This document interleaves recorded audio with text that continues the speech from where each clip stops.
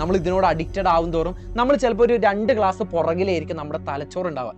നമ്മൾ ഇതുപോലൊരു ബ്രെയിനും കൊണ്ടാണ് പഠിക്കാനിരിക്കുന്നുണ്ടെങ്കിൽ നമ്മൾ എത്ര തലകുത്തി മറിഞ്ഞാലും നമ്മൾ തലയിൽ ഒന്നും കയറാൻ വേണ്ടി പോകുന്നില്ല. ഒരു തേങ്ങ നമുക്ക് മനസ്സിലാവില്ല. ഈ പറഞ്ഞ ശീലങ്ങളൊക്കെ നമ്മൾ വല്ലാത്തൊരു അപകടത്തിലേക്കാണ് കൊണ്ടുപോകുന്നത്.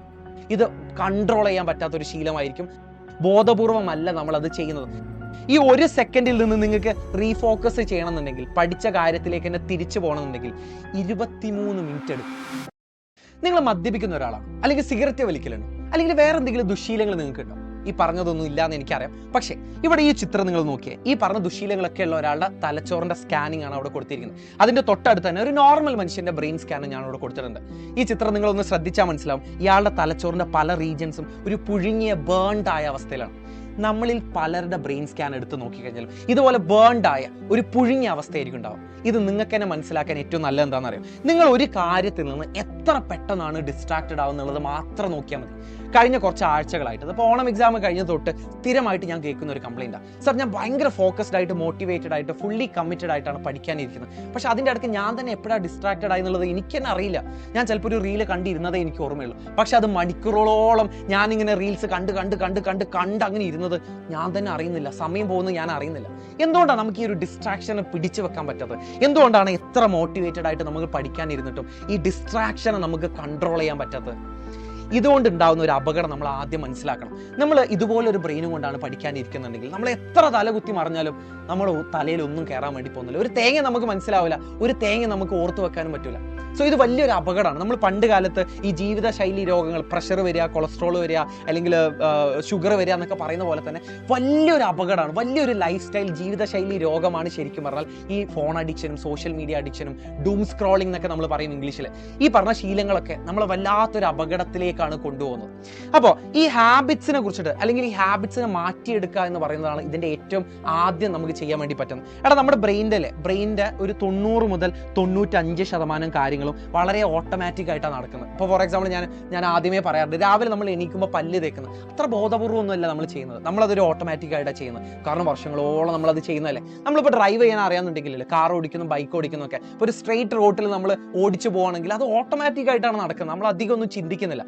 സംസാരിക്കുന്ന സമയത്ത് വേർഡ്സ് പിക്ക് ചെയ്യുമ്പോൾ ഞാൻ അത്ര ആലോചിക്കുന്നൊന്നുമില്ല, ഞാനത് ഇങ്ങനെ ഒരു ഫ്ലോയിൽ ഓട്ടോമാറ്റിക് ആയിട്ട് ഇങ്ങനെ പറഞ്ഞു പോവാം. ഇതുപോലെ തന്നെയാണ് ചീത്ത ശീലങ്ങൾ ഇതുപോലെ തന്നെ ഓട്ടോമാറ്റിക് ആയിട്ട് നടക്കുന്നത്. അതുകൊണ്ടാണ് ഒരു റീൽസിൽ തുടങ്ങിയതേ നമുക്ക് ഓർമ്മയുണ്ടാവുള്ളൂ, പിന്നെ അതിങ്ങനെ മണിക്കൂറുകളോളം നമ്മൾ ആ സോഫയിൽ കിടന്ന് അങ്ങനെ സുഖിച്ച് മണിക്കൂറുകളോളം നമ്മൾ അതിൽ സ്പെൻഡ് ചെയ്യും. ഇത് കൺട്രോൾ ചെയ്യാൻ പറ്റാത്തൊരു ശീലമായിരിക്കും. കാരണം നമ്മൾ അതിനെക്കുറിച്ചിട്ട് ബോധപൂർവമല്ല അത് എടുക്കുന്നത്, ബോധപൂർവമല്ല നമ്മൾ അത് ചെയ്യുന്നത്.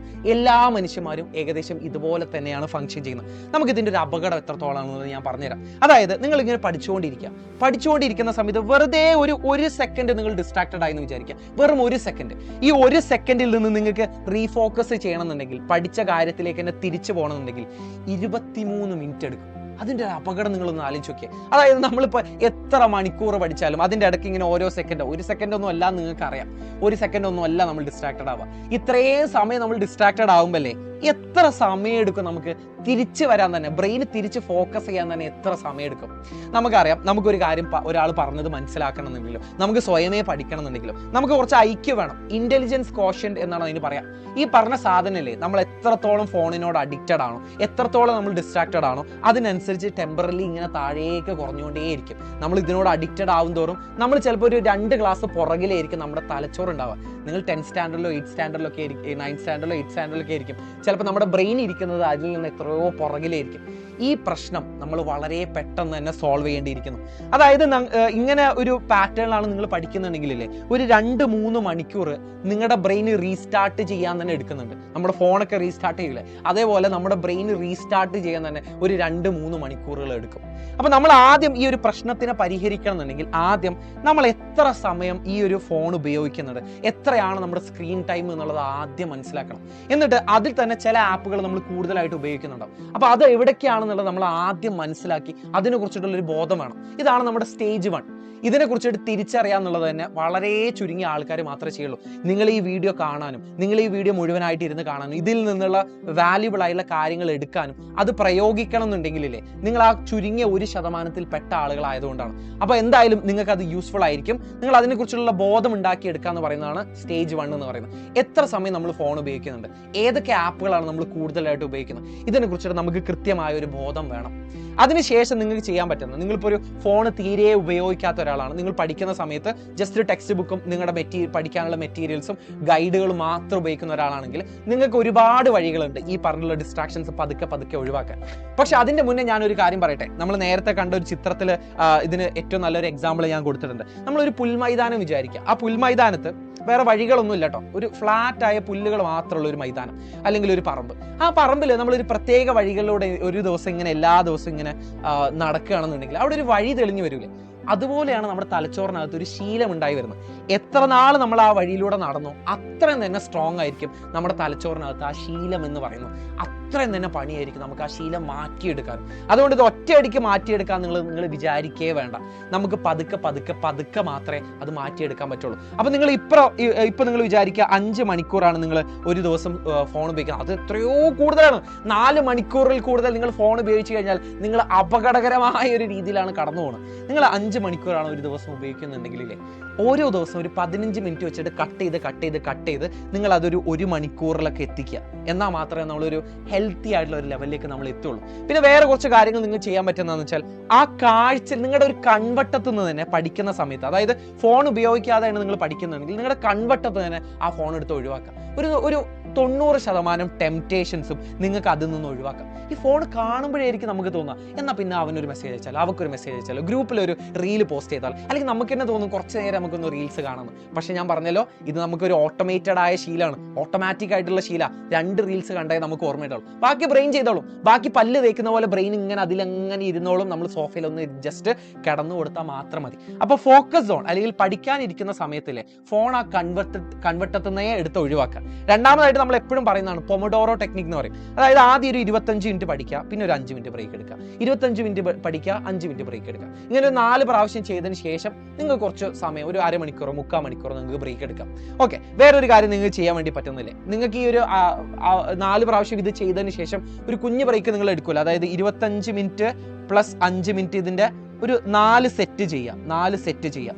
അതിനുശേഷം നിങ്ങൾക്ക് എന്ത് ചെയ്യാന്നറിയാം, കുറച്ച് റിവാർഡ് നിങ്ങൾക്ക് കൊടുക്കാം. അല്ലെങ്കിൽ വേണമെന്നുണ്ടെങ്കിൽ ഒരു 10-15 മിനിറ്റോ നിങ്ങൾ കുറച്ച് റീൽസ് കണ്ടിരിക്കാം. അപ്പോഴും നിങ്ങൾ ആലോചിക്കണം, നിങ്ങൾ വീണ്ടും അപകടത്തിലേക്ക് തന്നെയാണ് പോകുന്നത്. അത് ലിമിറ്റ് ചെയ്തില്ലെങ്കിൽ നിങ്ങളിങ്ങനെ റിവാർഡ് കൊടുക്കുന്ന സമയത്തില്ലേ, ഒരു ടൈമറൊക്കെ വെക്കുക. അതായത് 5 മിനിറ്റ് ഞാനിവിടെ റീൽസ് കാണാനിരിക്കും എന്നുള്ള ഒരു ടൈമറൊക്കെ വെച്ചിട്ട് വേണം ചെയ്യാൻ.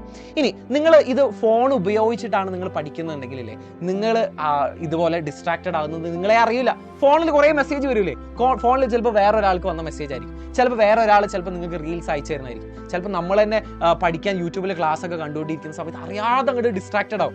അപ്പോൾ ഇങ്ങനെയുള്ള ആൾക്കാർക്ക് ഞാൻ 2 ആപ്പുകൾ പറഞ്ഞുതരാം. അതിൽ ഒന്നാമത്തെ ആപ്പിന്റെ പേരാണ് ഫോറസ്റ്റ് എന്ന് പറയുന്നത്. നമ്മളില്ലേ എത്ര സമയം നമ്മൾ പ്രൊഡക്റ്റീവായിട്ട് പഠിക്കുന്നുണ്ടെന്ന് കാണുമ്പോഴേ നമുക്ക് തന്നെ ഒരു മോട്ടിവേഷൻ വരാറുണ്ട്. ആ മോട്ടിവേഷൻ പറയുന്ന പേരാണ് ഇൻട്രിൻസിക് മോട്ടിവേഷൻ എന്നാണ് അതിന് പറയാം. ഇൻട്രിൻസിക് മോട്ടിവേഷൻ എന്ന് വെച്ചാൽ എന്താ, ഇത് നമ്മുടെ ഉള്ളിൽ നിന്ന് തന്നെ വരുന്ന ഒരു മോട്ടിവേഷനാണ്. ഇത് മാത്രമേ നിലനിൽക്കുള്ളൂ. ഇതാണ് ദീർഘകാലത്തിലേക്ക്, ഒരു ലോങ് ടൈമിൽ ഇത് മാത്രമേ നിലനിൽക്കുള്ളൂ. പുറത്തുനിന്നുള്ള ഒരാൾ മോട്ടിവേറ്റ് ചെയ്തെന്ന് വെച്ചാൽ അത് അധിക കാലം നിൽക്കില്ല. പക്ഷേ ഇൻട്രിൻസിക് മോട്ടിവേഷൻ നിൽക്കും.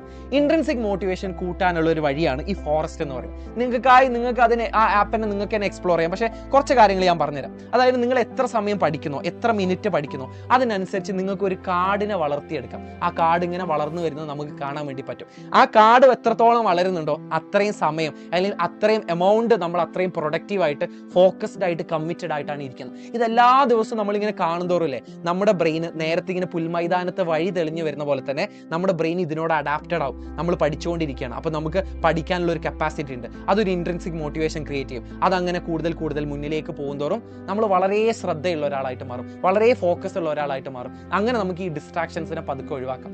ഇനി അതും കൊണ്ടും കാര്യമില്ല എന്നുണ്ടെങ്കിലേ, നിങ്ങൾ ഈ 1sec എന്ന് പറഞ്ഞുള്ള വേറൊരു ആപ്പ് ഉണ്ട്. 1sec അല്ലെങ്കിൽ കുറേ app blockers, app switch blockers എന്നൊക്കെ പറയുന്ന കുറേ ആപ്പുകളുണ്ട്. ഇവരെന്താ ചെയ്യുന്നതെന്ന് അറിയോ? നമ്മളിങ്ങനെ ഇൻസ്റ്റാഗ്രാമിൽ നിന്ന് വാട്സപ്പിലേക്ക്, വാട്സപ്പിൽ നിന്ന് യൂട്യൂബിലേക്ക് അങ്ങനെ ചാടി കളിക്കല്ലേ. ഇപ്പോൾ അതിനനുസരിച്ച് നമ്മുടെ ബ്രെയിൻ ഇങ്ങനെ പുഴുങ്ങിയ ഒരു അവസ്ഥയിലേക്കാണ് പോകുന്നത്. നമുക്കൊരു കാര്യത്തിൽ ശ്രദ്ധ നിൽക്കില്ല, നമ്മളിങ്ങനെ ചാടി കളിക്കും നമ്മുടെ ബ്രെയിൻ.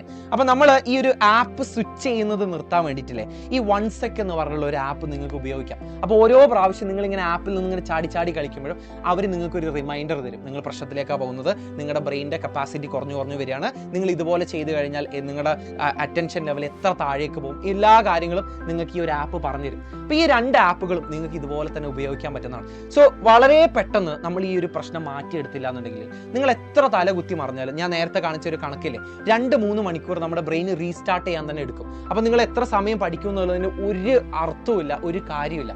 ഈ ഡിസ്ട്രാക്ഷൻ എന്ന് പറഞ്ഞ പ്രശ്നം നമ്മൾ വളരെ പെട്ടെന്ന് തന്നെ റെഡിയാക്കണം. Okay, all the best.